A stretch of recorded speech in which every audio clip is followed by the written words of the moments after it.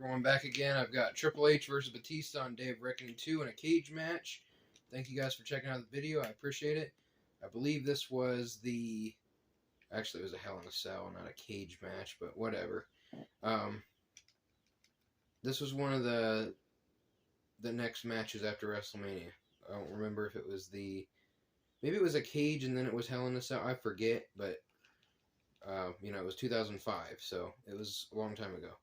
Thank you guys for watching. God bless, and listen to some important information about what's Mayday really happening in the world, and they hide these things that people won't actually believe it because they only believe what they hear on the controlled news, which of course gives them a simulated reality and a different perspective of reality than is what is actually occurring. So some of the articles that come out on days like today are Beltane, how to celebrate Mayday like a witch, right? They start putting articles out from, Vanity Fair, a lot of these Cosmopolitan over the years put articles out to their young audience trying to get them to partake in these rituals, and they do, right? Days Digital is, some of these other outlets as of, today and this week putting out articles talking about serpent magic. And then normally telling you the origins of serpent magic. People are like, oh, that's fascinating, right? And even if they met, people are so desensitized. Now think about how they've normalized Planned Parenthood. So when you hear about, sacrificing a child in fire, well, all of a sudden we have people in our society who don't think that Planned Parenthood is actually sacrificing a child. So we can see how we're headed more and more towards telling parents that the child belongs to them, that they should commit these rituals or partake in these rituals, and that it's not murder unless the child is X amount of days old. I mean, they could just be, warped and molded however they want them to be warped and molded to partake in these rituals. People will just automatically go along with whatever they're told.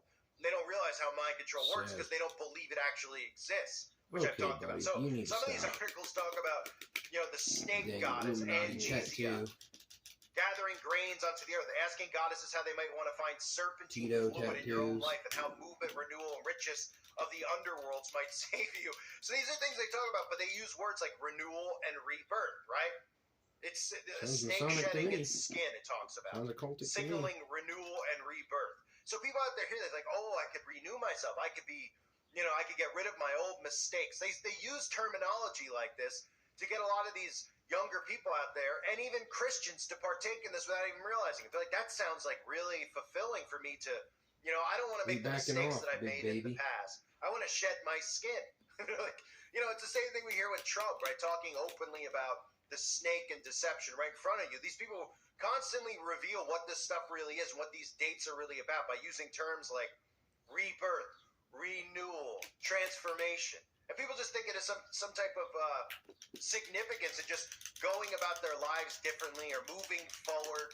They don't realize what they're really partaking in. So this article even goes on to talk about fire magic, right? And it goes on to talk about Baal. And it'll go in one ear, out the other. Fire magic's a potent way to connect to the power of Beltane. Simply light candles, make wishes for strength, love, and renewal, dose it in frankincense and honeysuckle. So these articles are telling people how to partake in these rituals, and people out there will hear that and they'll be like, well, that doesn't mean child sacrifice. Oh, right. Thank you guys for watching. God bless. Have a good day. It's getting people to partake in the Beltane.